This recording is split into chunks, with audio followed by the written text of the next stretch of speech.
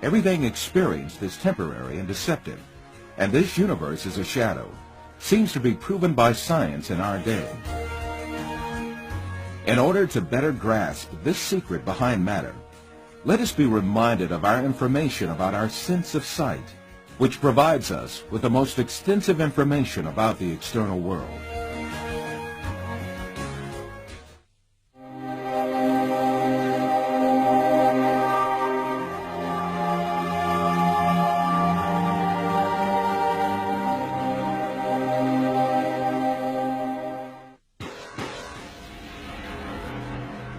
The act of seeing is realized progressively.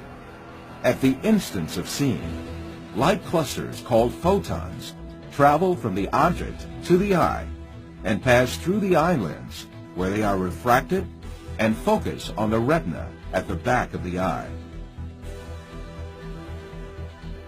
Here, rays are turned into electrical signals and then transmitted by neurons to the center of vision at the back of the brain.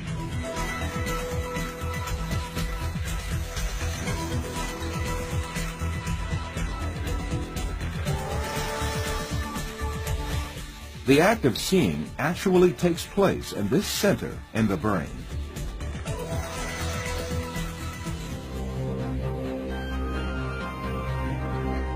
All the images we view in our lives and all the events we experience are actually experienced in this tiny and dark place. Both the film you are now watching and the boundless landscape you see when you gaze at the horizon actually fit into this place of a few cubic centimeters.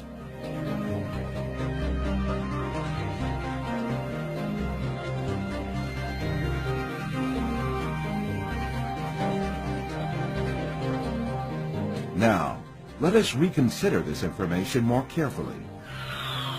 When we say we see, we actually see the effect the rays reaching our eyes form in our brain by being converted into electric signals. When we say we see, we actually observe the electrical signals in our brain. By the way, there is another point that has to be kept in mind. The brain is sealed to light, and its interior is absolutely dark. Therefore, it is never possible for the brain to contact with light itself. We can explain this interesting situation with an example. Let us suppose that in front of us there is a burning candle, and we view its light. During this period, when we view the candle's light, the inside of our skull and our brain are in absolute darkness. The light of the candle never illuminates our brain and our center of vision. However, we watch a colorful and bright world inside our dark brain.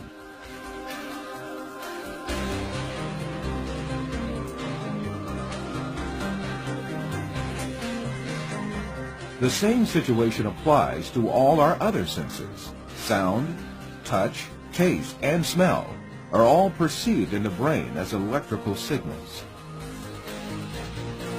Therefore, our brains throughout our lives do not confront the original of the matter existing outside us, but rather an electrical copy of it formed inside our brain. It is at this point that we are misled by assuming these copies are instances of real matter outside us.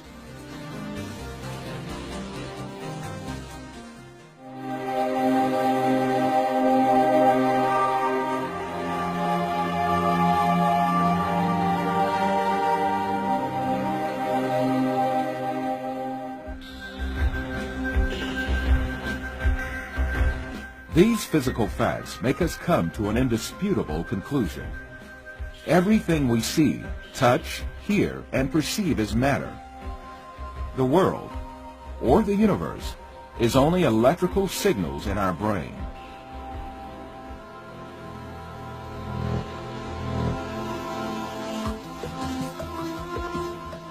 For instance, we see a bird in the external world.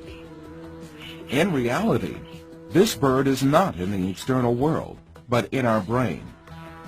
The light particles reflecting from the bird reach our eye, and there they are converted into electrical signals.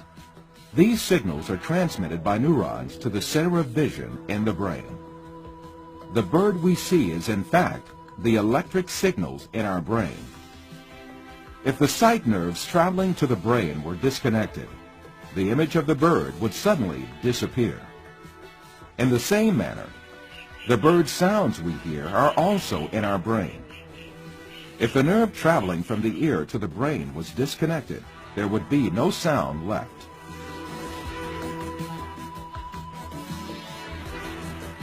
Put simply, the bird, the shape of which we see, and the sound of which we hear, is nothing but the brain's interpretation of electrical signals.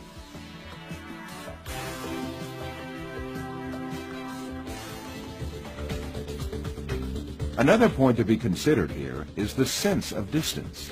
For example, the distance between you and this screen is nothing but a feeling of space formed in your brain. Also, objects that seem to be very distant in one person's view are actually images clustered at one spot in the brain.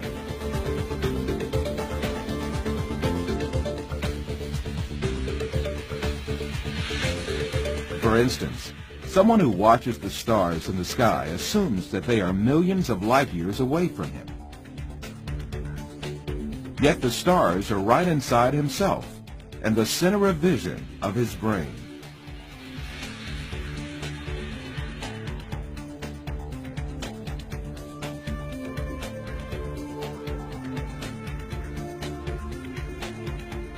While you watch this film, you are in truth not inside the room you assume yourself to be in. On the contrary, the room is inside you. Your seeing your body makes you think that you are inside of it. However, you must remember that your body, too, is an image formed inside your brain. So far, we have been speaking repeatedly of an external world and a world of perceptions formed in our brain, the latter of which is what we see. However, since we can never actually reach the external world, how can we be sure that such a world really exists? Definitely we cannot. The only reality we cope with is the world of perceptions we live within our minds.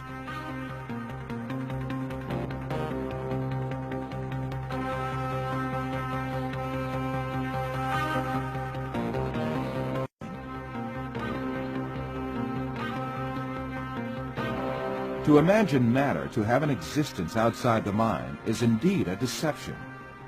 The perceptions we observe may well be coming from an artificial source. It is possible to see this in the mind's eye by an example.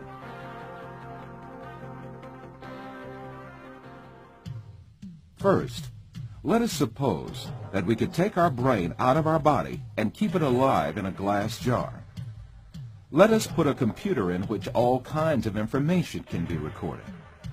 Finally, let us transmit the electrical signals of all the data related to a setting, such as image, sound, and smell, to this computer. Let us connect this computer to the sensory centers in our brain with electrodes and send the pre-recorded data to our brain. As our brain perceives these signals, it will see and live the setting correlated with these. From this computer, we can send to our brain also signals pertaining to our own image. For instance, we can send to our brain the electrical correlates of such senses as sight, hearing, and touch that we perceive while we sit at a desk.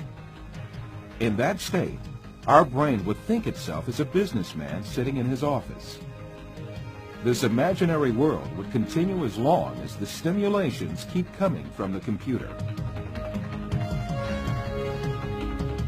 We would never realize that we only consist of a brain.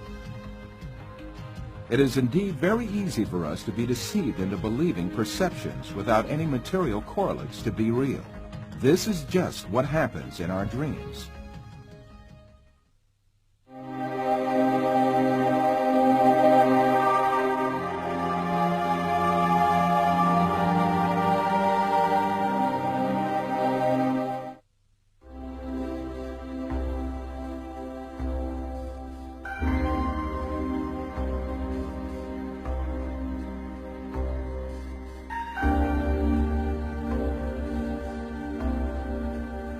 For you, reality is all that can be touched with the hand and seen with the eye.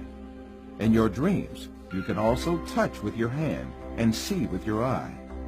But in reality, you have neither hand nor eye, nor is there anything that can be touched or seen.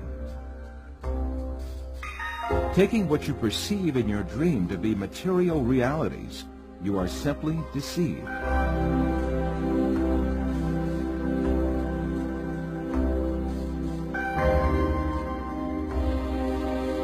For example, a person deeply asleep in his bed may see himself in an entirely different world in his dream. He may dream that he is a pilot and command a giant airplane, and even spend a great effort to command the plane. In fact, this person has not taken even one step away from his bed. In his dreams, he may visit different settings and meet with friends, have a chat with them, eat and drink together.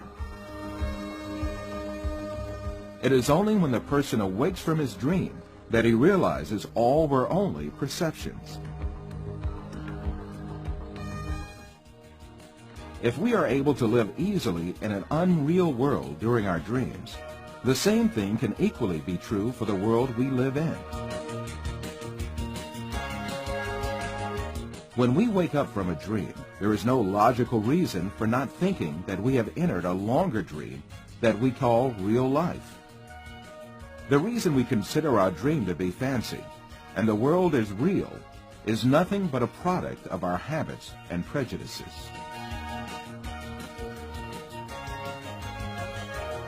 This suggests that we may well be awoken from the life on earth, which we think we are living right now, just as we are awoken from a dream.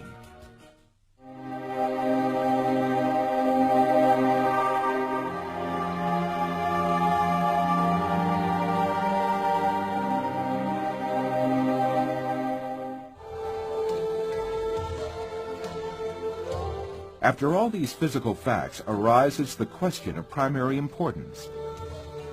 If all physical events that we know are intrinsically perceptions, what about our brain? Since our brain is a matter just like our arms, legs, or any other object, it also must be a perception just like all other objects. An example will illuminate the subject further. Let us think that we extend the nerves reaching our brain and put it outside our head, where we can see it with our eyes. In this case, we would be able to see also our brain and touch it with our fingers.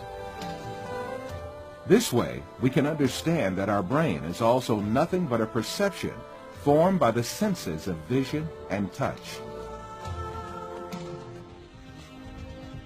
Then, what is the will that sees, hears, and perceives all other senses if it is not the brain? Who is it that sees, hears, touches, and perceives the taste and smell?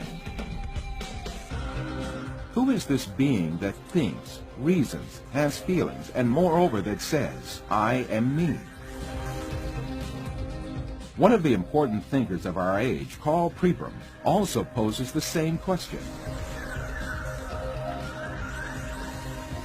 Since the Greeks, philosophers have been thinking about the ghost in the machine, the small man within the small man, etc. Where is I, the person who uses his brain? Who is it that realizes the act of knowing? As St. Francis of Assisi said, what we search for is the one that sees. In fact, this metaphysical being that uses the brain, that sees and feels, is the soul. What we call the material world is the aggregate of perceptions viewed and felt by this soul.